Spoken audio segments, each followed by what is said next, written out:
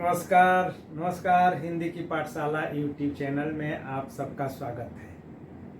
कल हम लोग पढ़े थे वीर गाथा कालीन साहित्य की प्रवृत्तियां और आज हम लोग पढ़ेंगे हिंदी साहित्य का इतिहास का दूसरा कालखंड जिसको भक्ति काल के नाम से जाना जाता है, जिसका की समय सीमा है विक्रम संवत 1375 से 1700, अगर ईस्वी सन में कहें तो 1318 से 1643 ईस्वी। तो उस भक्ति काल में दो प्रकार की काव्य धाराएं मिलती है। एक काव्य धारा को कहते हैं निर्गुण काव्य धारा और दूसरी काव्य धारा को सगुण काव्य धारा कहते हैं। निर्गुण काव्य धारा के में दो शाखाएं हैं या दो काव्य धाराएं हैं जिनको क्रमशः कहते हैं ज्ञानाश्रयी शाखा और प्रेमाश्रयी शाखा। ज्ञानाश्रयी शाखा को ही संत काव्य धारा या ज्ञान मार्गी काव्य धारा भी कहते हैं और प्रेमाश्रयी शाखा को प्रेम मार्गी या प्रेमाख्यान काव्य धारा कहते हैं। तो चूंकि अब परीक्षा के ध्यान में रखते हुए हम लोग पढ़ रहे हैं, तो इसलिए एक साथ दो जो है कार्य सिद्ध हो जाए इसका भी प्रयास रहेगा। और चूंकि चारों काव्य धाराओं में से एक निर्गुण काव्य धारा पर एक बृहद वीडियो तो अपलोड कर चुका हूं, उसको देख लेंगे। तो आज जो कुछ कमियां रह गई होंगी या जहां अस्पष्टता रह जाएगी उसका निदान उसमें मिल जाएगा। और साथ ही साथ बताया कि जो है एक साधे सब सधे के तहत चारों काव्य धारा में एक एक कवि महान कवि हैं, विशाल वटवृक्ष हैं और उनका अध्ययन अपने पाठ्यक्रम में है। तो इस भांति इन चारों कवियों का काव्य धाराओं का जब मैं विवेचन करूंगा तो उसमें मुख्य कवि को ही केंद्र में रख करके वर्णन करूंगा, जिससे कि अगर कवि परिचय आ जाए, कवि का वैशिष्ट्य आ जाए, जैसे कि ज्ञानाश्रय में कबीरदास रविदास महत्वपूर्ण है, प्रेमाश्रय में मलिक मोहम्मद जायसी, रामाश्रय में तुलसीदास, कृष्णाश्रय में सूरदास नंददास, तो उन लोगों के बारे में भी हम लोग लिख सकते हैं। तो वैसे ही ज्ञानाश्रयी शाखा में कबीर महान हैं और उन्हीं जो भी उदाहरण मैं दूंगा इन लोगों की विचारधाराओं के पोषण के लिए वह कबीर ग्रंथावली से होगा, जिसका संपादन डॉक्टर श्याम सुंदर दास ने किया है। अब आ जाए हम लोग जो है मूल पाठ पर कि ज्ञानाश्रयी शाखा का उद्भव कहाँ से हो रहा है, कैसे हो रहा है और ज्ञानाश्रय इसका नाम क्यों पड़ा, तो इस पर भी हम लोग इस पर विचार करेंगे। तो सबसे पहले तो हम लोग ये जान लें कि यह कोई नया सिद्धांत नहीं था, वरन इसका वर्णन वेद में भी है। एकम सद विपरा बहुधा वदंती, यानी कि सत्य एक ही है और वह अटल सत्य है, ईश्वर ब्रह्म, जिसको विद्वान या जानकार अनेक रूपों में परिभाषित करते हैं। तो मगर बीच के काल में इस धारणा को कर्मकांडियों ने, समाज के धार्मिक ठेकेदारों ने दूषित और कलुषित कर दिया। तो उसका विरोध हुआ और अनेक जो है पंथ आए, संप्रदाय आए, धार्मिक आंदोलन हुए, बौद्ध आए, जैन आए और इन लोगों ने उन बुराइयों को दूर करने का प्रयास किया और इनमें भी बुराइयां आ गई। तो 7वीं शताब्दी ईस्वी में शंकराचार्य का आगमन होता है और उन्होंने उस एकम सद विप्रा बहुधा वदंती को पुनः प्रतिष्ठापित करने का प्रयास करते हुए अद्वैतवाद का सिद्धांत दिया और उस अद्वैतवाद में यह बताया कि वह एक अटल सत्य ईश्वर है और सब उसी में के भीतर जो है समाहित हैं, सब में जो है ईश्वर है। यानी कि सर्वेश्वरवाद और एकेश्वरवाद का सिद्धांत दिया।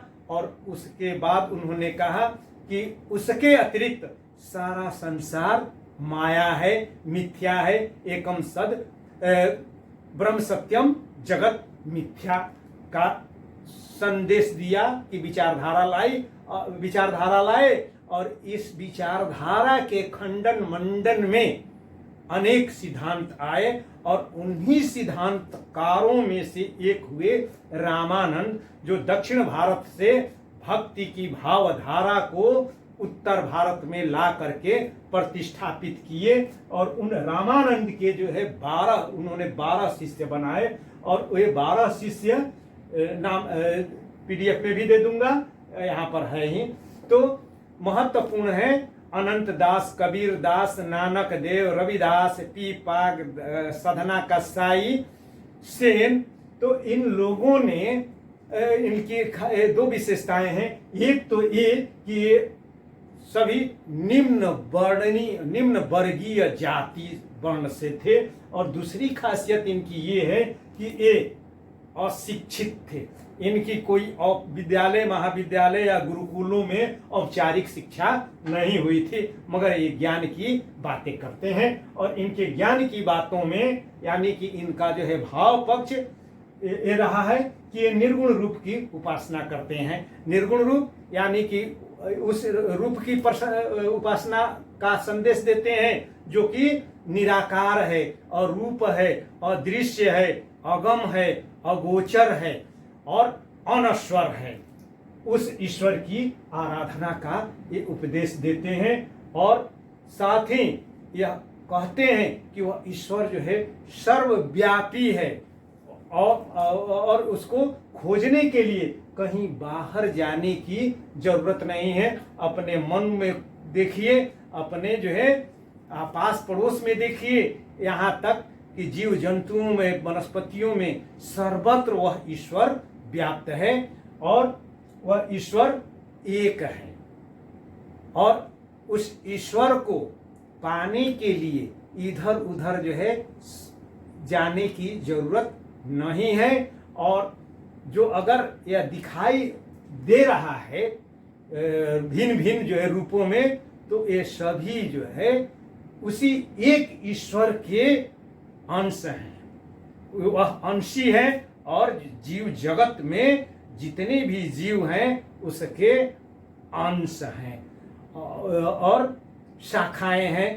कबीर कहते हैं आदि पुरुष से एक पेड़ है, निरंजन बाकीदार, त्रिदेवा शाखा भय, पात भया संसार। यानी कि वही ईश्वर एक वृक्ष, विशाल वट वृक्ष की तरह है। और उसमें जो त्रिदेवों की जो कल्पना करते हैं, ब्रह्मा विष्णु और महेश की, तो वे उनकी शाखाएं हैं। और ये जो जितने जगत में जो जीव जंतु, कीड़े मकोड़े, सब जो है वनस्पतियां दिखाई देती है, सब एक तरह से क्या है, उस विशाल वट वृक्ष की पत्तियां हैं। और इन्हीं तो इस बाती जो है वह ईश्वर एक है और वह सर्वव्यापी है। इसीलिए मोको कहाँ ढूंढे बंदे, मैं तो तेरे पास में। यानी वह ईश्वर आपके पास है, समीप है, मगर माया के कारण और माया के द्वारा फैलाए गए जाल के कारण हम उसे देख नहीं पाते हैं। और माया प्रभु या ईश्वर और भक्त या जीव के बीच मिलन में सबसे बड़ी बाधा है। और वह 5 रूपों में अपना जाल फैलाती है। वह महाठगनी है। कबीर कहते हैं कबीर माया पापिनी फंदले बैठी टाट, सब जग तो फंदे पड़ा गया कबीरा काट। यानी कि उस माया के जो है बंधन को जो है काटेगा, उसी को ईश्वर की प्राप्ति होगी। मगर यह ठगनी बहुत भयानक है, भयंकर है और असाधारण है। यह साधारण ठगनी नहीं है, बल्कि माया महाठगनी, हम जानी महाठगनी है। और यह महाठगनी 5 रूपों में 5 अपना रूप बना करके वैसे बहुत सारे रूप हैं, मगर उसमें से महत्वपूर्ण 5 रूप हैं। काम, क्रोध, मद, मोह और लोभ के माध्यम से वह सबको अपने जाल में उसी तरह फंसा लेती है जैसे कि एक जीव रूपी हिरण जिसकी नाभि में ही कस्तूरी बसी हुई होती है, किंतु वह उस कस्तूरी की खोज में पूरे जंगल भटकता है और भटकने के दौरान वह शिकारी के जाल में फंस जाता है, अपनी जीवन लीला को खत्म कर देता है। वैसे ही यह मनुष्य इन माया के द्वारा फैलाए गए जाल में काबा, काशी, मथुरा, वृंदावन और जो है रामेश्वरम, चारों धाम और 52 जो है ज्योतिर्लिंग की जो है 12 ज्योतिर्लिंग और 52 शक्तिपीठ की का भ्रमण धर्म यात्रा करते हुए अपने आप को खत्म कर देता है। मिलता कुछ नहीं है। तो उसमें जो है सबसे बड़ी जो है बाधा काम की है। काम यानी कि काम भावना, सेक्स, जिसको सरल भाषा में समझ लें तो उस काम भावना के माध्यम से चूंकि प्रेम या इस सृष्टि को जो है चलाने के लिए पति पत्नी का, नर नारी का होना जरूरी है, और नर के लिए नारी और नारी के लिए नर, और उसके साथ का साहचर्य और सहवास अनिवार्य है। तो यह सहवास जिसको संतों सिद्धों ने ब्रह्मानंद सहोदर के समान माना था, यद्यपि उपनिषदों में सहवास सुख का 100 गुना सुख ब्रह्मानंद की प्राप्ति में माना गया था, जिसको महासुखवाद कहते हैं। तो उस महासुखवाद के या सुखवाद के उस सहवास के जो चक्कर में जो पड़ेगा वह उसे जो है डूबना ही है, मरना ही है। कबीर कहते हैं कि नारी कहूं कि नाहरी, नख सिक से जो खाए, जल बूढ़े तो उबरे, भग बूढ़े बही जाए। यानी कि जो नारी के चक्कर में पड़ा, स्त्री के चक्कर में पड़ा, उसका सर्वनाश होना तो तय ही है। यहाँ पर ऐसी जो है भावना ये संत रखते हैं, मगर ये संसार में रहने का भी संदेश देते हैं। क्योंकि उस समय कुछ लोग थे जो कि जिसमें सामंत थे या उच्च वर्णीय लोग थे, वे ऐशो आराम में, भोग विलास में, जैसा कि वीरगाथा काल में हम लोगों ने देखा है कि बस जो है भोग विलास में लगे रहते थे, स्त्रियों के लिए लड़ाई करते रहते थे। तो उन लोगों के लिए भी यह संदेश था कि अगर इसके चक्कर में पड़े रहोगे तो सर्वनाश हो जाएगा, राज तो जैबे करेगा, जान भी जाएगी। और वैसे ही आम जन के लिए जो पलायनवादी हो रहा था, उसके लिए भी इन लोगों ने जो है आगे चल करके संदेश दिया। कि क्या संदेश दिया कि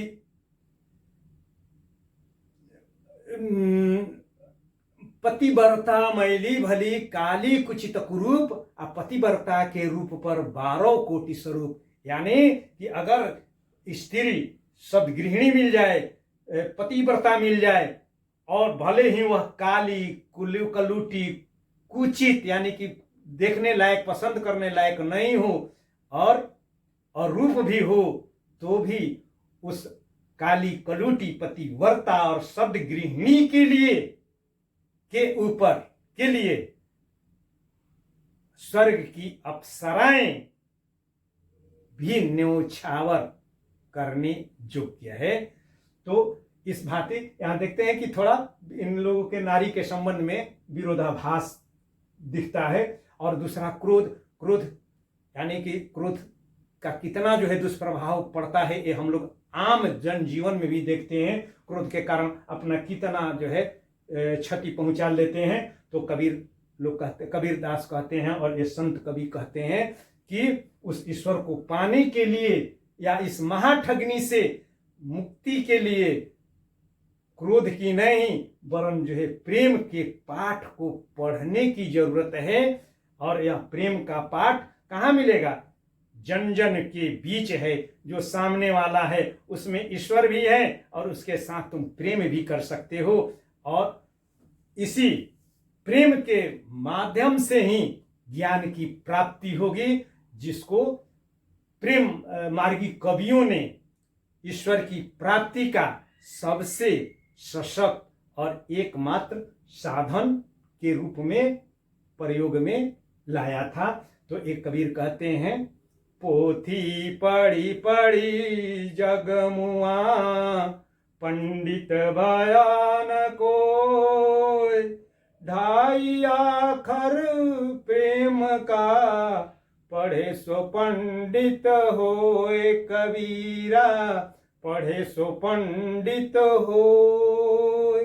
तो 2.5 अक्षर का प्रेम का पाठ अगर जो है पढ़ा जाए तो प्रेम जब हो जाएगा तो क्रोध तो अपने आप शांत हो जाएगा, और जब प्रेम हो जाएगा तब ईश्वर की भी प्राप्ति हो जाएगी। वैसे ही मद घमंड मत कीजिए, और मद का मतलब नशा भी होता है। तो अगर जो है मद यानी कि घमंड को जब हम खत्म कर देंगे तभी जो है उस ईश्वर को प्राप्त किया जा सकता है। क्योंकि किसी से अगर कुछ पाना है या किसी को अपनाना है तो वहां पर घमंड जो है काम नहीं आएगा, वहां पर जो है प्रेम होगा। प्रेम का पाठ जो है पढ़ना पड़ेगा, प्रेम के मर्म और धर्म को अपनाना पड़ेगा। इसीलिए कबीर कहते हैं, कबीर यह घर प्रेम का खाला का घर नाई, शीशो उतारे हाथ धरी सो पैसे घर माही कबीरा। यानी यह घर जो है प्रेम का घर है, यह प्रेम का मंदिर है। और यह कोई मौसी का घर नहीं है कि जब मन करे जैसे मन करे जिस रूप में हो आए और जाएं, बल्कि इस प्रेम के मंदिर में वही जा सकता है जिसने अपने आप को न्योछावर कर दिया हो या न्योछावर करने को तत्पर है, वहीं इस प्रेम के घर में मंदिर में पहुंच सकता है। वैसे ही मुंह और लोग यानी कि आज 99 के चक्कर में जो पड़ेगा तो चूंकि मुट्ठी बांध करके आए हैं, हाथ पसारे हुए जाना है, या जो कुछ भी है यहीं छोड़ जाना है। सिर्फ जो है 2 गज कफन का कपड़ा तेरे बदन पर होगा, तो फिर किसके लिए मोह करें, किसका लोभ करें? कोई साथ भी तो नहीं जाने वाला है। अगर जो है अब पत्नी भी है तो कहां तक जाएगी? दरवाजे की देहरी तक जाएगी, फिर उसको लौट जाएगी। और बेटे भी होंगे तो शमशान घाट पर जा करके जो पहुंचा करके जला करके, या जो है मुसलमान है तो जो है गाड़ करके वापस जो है लौट आएंगे। कोई वहां जाने वाला नहीं है। तो किसके लिए मुंह और किसके लिए लोग? वैसे ही अब उसके बाद जो है ये लोग रहस्यवादी है। रहस्यवादी का मतलब वह ईश्वर जो है गुप्त है, अप्रच्छन्न है, और वह अदृश्य है, अगम है, अगोचर है। और उस अगम अगोचर ईश्वर से मिलन की जो है चाहत और अपने आप को उसमें विसर्जित कर देने की भावना ही साहित्य के क्षेत्र में रहस्यवाद है। और एक कवि रहस्यवाद की वकालत करते हैं। वैसे ही जाति वर्ण संप्रदाय विरोधी हैं। चूंकि ये ऊपर हम लोग देख चुके थे कि अधिकांश जो है सभी जो है निम्न जाति के हैं और ये निम्न वर्णीय है। तो समाज में इन लोगों ने निम्न वर्ण का उच्च वर्ण के द्वारा शोषण देखा ही नहीं था, वरन खुद उसको भोगा भी था। इसलिए इन लोगों ने जाति और वर्ण व्यवस्था का जो है घोर विरोध किया। और यहाँ पर तो वे इतने जो है तीखे प्रहार करते हैं कि सामने वाला यानी कि अगर जो है उच्च वर्णीय है तो वह तिलमिला जाता है। और कहने की आवश्यकता नहीं है कि इन लोगों के इसी जाति और वर्ण से संबंधित कटु वर्णों से और इनके द्वारा शब्द रूपी चलाई गई जो है लाठी, कबीरा खड़ा बाजार में लिया लुआठी हाथ, जो घर फूके जा रहे अपना चले हमारे साथ। तो उनकी लाठी के प्रहार से जो है ऐसे तिलमिलाए कि आज तक इन लोगों का विरोध हो रहा है। यद्यपि अगर इनके जो है विचारों को और सिद्धांतों को अगर अपनाया गया होता तो आज अपने भारत का स्वरूप कुछ और ही होता। वैसे ही चूंकि ये हिंदू पंथ से जुड़े हुए थे, वैष्णव थे और उस समय हिंदू और मुसलमानों के बीच जो है संघर्ष जो है चल रहा था। मुसलमान तलवार के बल पर घर घर में कुरान पहुंचाना चाह रहे थे और धर्मांतरण करा रहे थे। उस स्थिति में इन लोगों ने उन दोनों संप्रदायों के बीच समन्वय स्थापित करने का प्रयास किया और इसमें जो बाधक बनने वाले थे या जो बाधक बन सकते थे उच्च वर्ण वाले, हिंदुओं में पंडित, मुसलमानों में जो है मुल्ला मौलवी, उन लोगों को इन लोगों ने उनकी कोई जो है गत नहीं जो है छोड़ी, गाली गलौज तक जो है किया। कहते कोई जो है गति नहीं छोड़ते हैं और जो है जो ब्राह्मण जो जनेऊ लगा करके अपने आप को आज भी जो है कुछ लोग जो है जनेऊ पहन करके अपने आप को ब्राह्मण जो है सिद्ध करते हैं, देखते हैं आए दिन जो है चैनलों पर जो है मिलता है।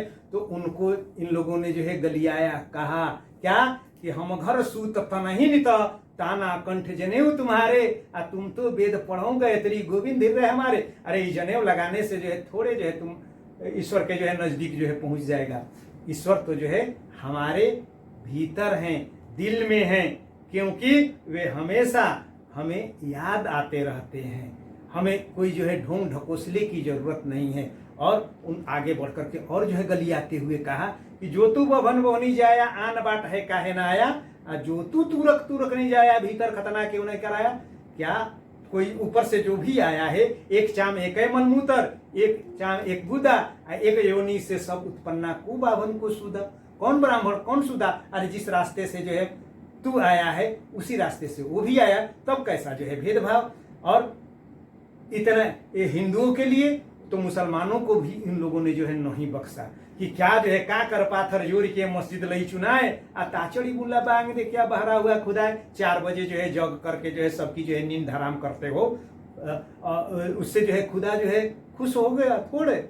और साल में एक बार जो है 1 महीने तक जो है भूखे प्यासे रह करके जो है रोजा रखते हो रमजान के महीने में, और उसके बाद इसलिए रखते हो कि अल्लाह जो है मेरे सारे गुनाहों को जो है माफ कर देगा, मुझे पाक साफ कर देगा।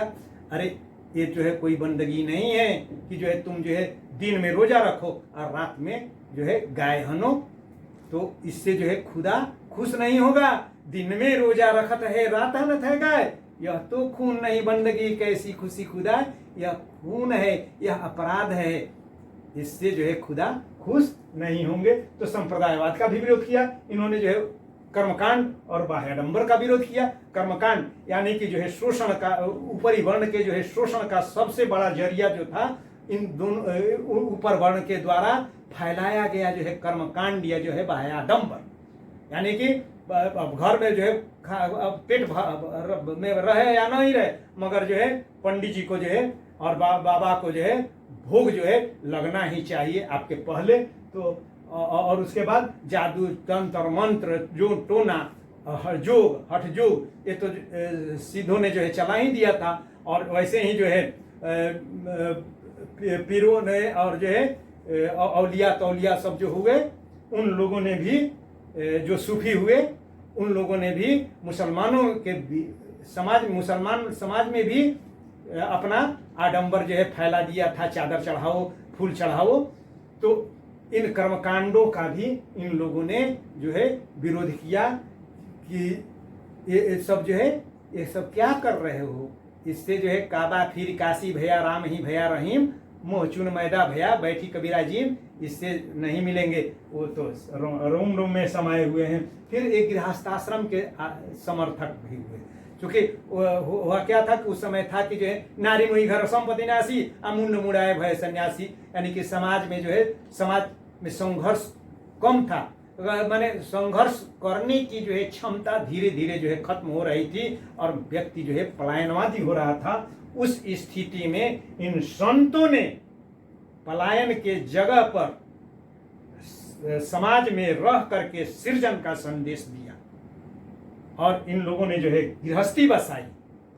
और ऊपर हम लोग देखें कि ये स्त्रियों नारी के संग जो है इनका जो विरोधाभास दिखता है, यहाँ आकर के ये प्रमादरणीय समादरणीय हो जाते हैं। और उसके बाद सदगुरु का महत्व कहने की आवश्यकता नहीं कि इन्हीं अशिक्षित और लेखन कला से वंचित इन संतों ने गुरु को बहुत ही महत्व दिया। इतना तक महत्व दिया कि गुरु गोविंद दो खड़े काको लागू पाए, बलिहारी गुरु आपने गोविंद दियो बताए।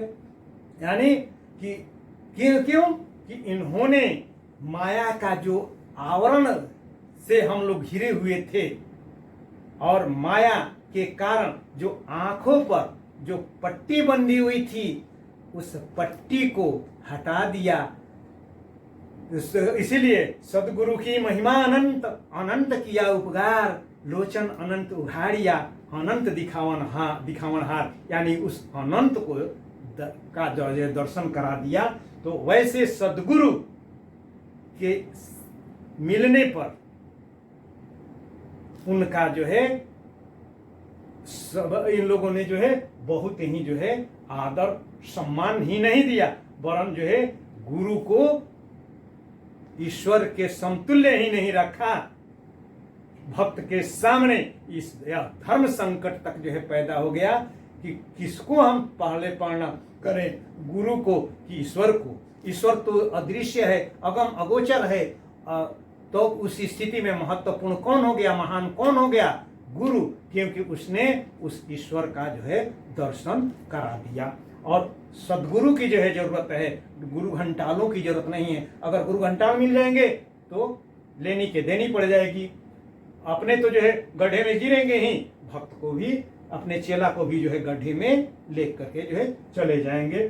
तो सदगुरु का महत्व, नाम स्मरण को ये महत्व देते हैं। नाम की महिमा इन लोगों ने जो है खूब गाई है, क्योंकि उस ईश्वर को जो है पाना है, तो इसलिए ये लोग जो है अपने कर्म को करते हुए उसके नाम को अहरनिश दिन रात जो है स्मरण जो है करते रहे। तो राम नाम की महिमा का इन लोगों ने जो है बखान किया है। ये मूल रूप से इनके काव्यगत विशेषताएं हैं। अब इसके बाद और भावगत विचारधारा है। अब थोड़ा इन लोगों के कला पक्ष पर भी हम लोग विचार कर लें तो इन लोगों की भाषा के संबंध में बहुत ही एक तरह से अवहेलना की गई है तथा कथित विद्वान आलोचकों के द्वारा, क्योंकि ये लोग तो जो है लाठी शब्द रूपी जो है लाठी से बात जो है करना जानते थे।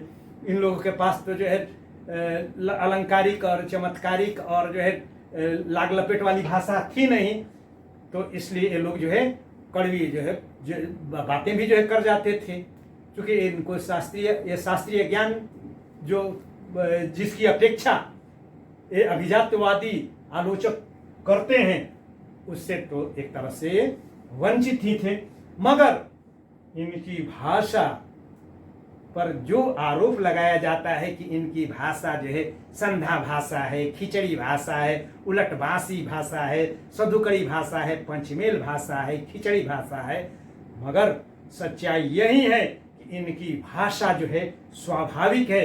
ये लोग कविता करने के लिए, रचने के लिए जो है भाषा का प्रयोग नहीं किए हैं, वरन अपने भावों को समग्रता में और पूरी सत्यता के साथ यथार्थ रूप में प्रकट करने के प्रयास में ये लोग जो है सफल हुए हैं। और कहने की आवश्यकता नहीं है कि भाषा के स्तर पर ये लोग आज के कवियों से किसी भी मायने में कम नहीं है। और जितनी लोकप्रियता और इनकी जो है इनके द्वारा जो है रची गई वाणियों का, दोहो, साखी और शब्द रामायणियों का जो प्रचार प्रसार और जिस आत्मीयता के साथ आज का जो है भारतीय समाज अपनाए हुए है, वो चाहे किसी भी जो है पंथ का हो, जितना आदर इन लोगों की रचनाओं को मिला, वाणियों को मिला, उतना जो है किसी और को नहीं मिला है। यह भी स्थापित सत्य है निर्विरोध रूप में। और चूंकि ये शैली, तो इनकी जो है शैली, चूंकि ये निम्न जाति से थे, छोटे छोटे लोगों के लिए, छोटे मोटे लोगों के लिए जो है रचना कर रहे थे। और छोटे मोटे लोगों की जो यद्यपि उनकी संख्या सर्वाधिक थी, 90-95% ये निम्न वर्णीय ही थे। तो इन लोगों के निम्न वर्णीय वर्गों के लोगों के लिए इनकी जो है वाणी जो है निकली थी। और चूंकि छोटे थे, ये भी छोटे थे और छोटे लोगों के लिए ही कविता रच रहे थे, तो इसलिए इन लोगों ने जो है छोटे छोटे जो है पद लिखे, छंद में लिखे, ये साखी लिखे, रामायणी लिखे, दोहा लिखे, कुंडलियां और चौपाइयों में अपने अनुभूत और भोगे हुए सच का वर्णन किया। अर्थात ये मुक्तक के रचनाकार हैं। और इनके मुक्तक भी बिहारी लाल के बारे में, चूंकि वो भी तो राजदरबार ही थे ना, तो चूंकि उनको जो उनके जो है दोहों को जो जितनी जो है प्रशंसा मिलती है कि सतसैया के दोहरे अरुणावत के तीर, तो उनसे कहीं कम ये नहीं है भावों को जो है भरने में गागर रूपी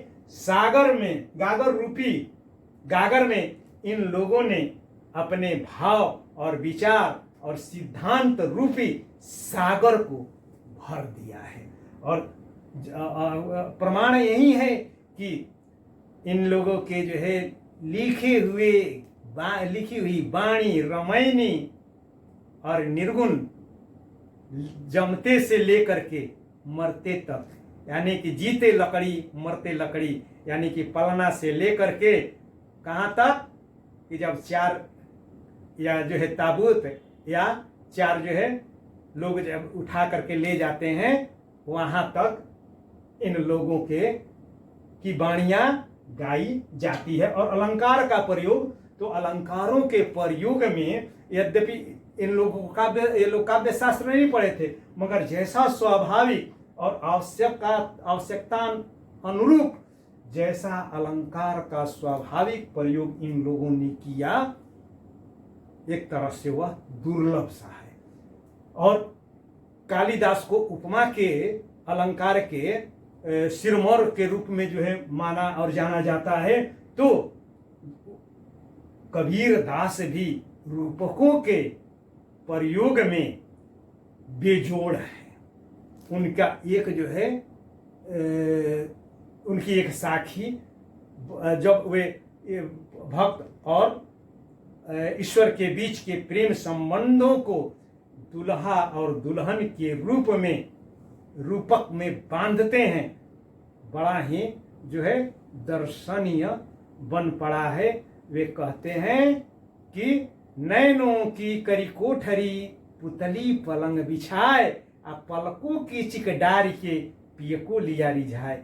और ऐसे ही जो है रूपकों के उपमा और श्लेष और विरोधाभास तो इन लोगों के हर एक अधिकांश जो है पदों में, साखियों में जो है मिलता है। तो वैसे विरोधाभास और उदाहरण जैसे अलंकारों के द्वारा इन लोगों ने स्वाभाविक रूप में अपनी बातों को अलंकारिक बना करके प्रस्तुत किया। यद्यपि अलंकार के प्रति ये आग्रही नहीं है, जैसा कि रीतिकाल के कवि थे। वैसे ही छंदों का प्रयोग हो ही गया। और रस अनुभूति के संदर्भ में तो इन लोगों ने जो है शांत रस में अपनी रचनाएं की। शांत यानी कि जो है भक्ति के लिए शांत रस चाहिए, तो इन लोगों ने शांत रस की कविताएं की। इस भांति मूल रूप में यही जो है ज्ञानाश्रयी शाखा के कवियों के द्वारा दिए गए विचार हैं, उनके सिद्धांत हैं, और यही सिद्धांत और विचार इन लोगों की रचनाओं में दृष्टि गोचर होता है, और यही विचार या भावनाएं इन ज्ञानाश्रयी संत निर्गुण कवियों की भावधारा है, विचारधारा है, और निर्गुण काव्य की विशेषता है। बहुत बहुत धन्यवाद। अगर कहीं अड़चन आए तो वह पहले वाला वीडियो आप देख लीजिएगा, और उस पर भी कोई अड़चन रहे तो फोन कीजिएगा, और इसे अपने मित्रों के बीच शेयर कीजिएगा, जिससे ज़्यादा से ज़्यादा आपके मित्र लाभान्वित हो सकें। बहुत बहुत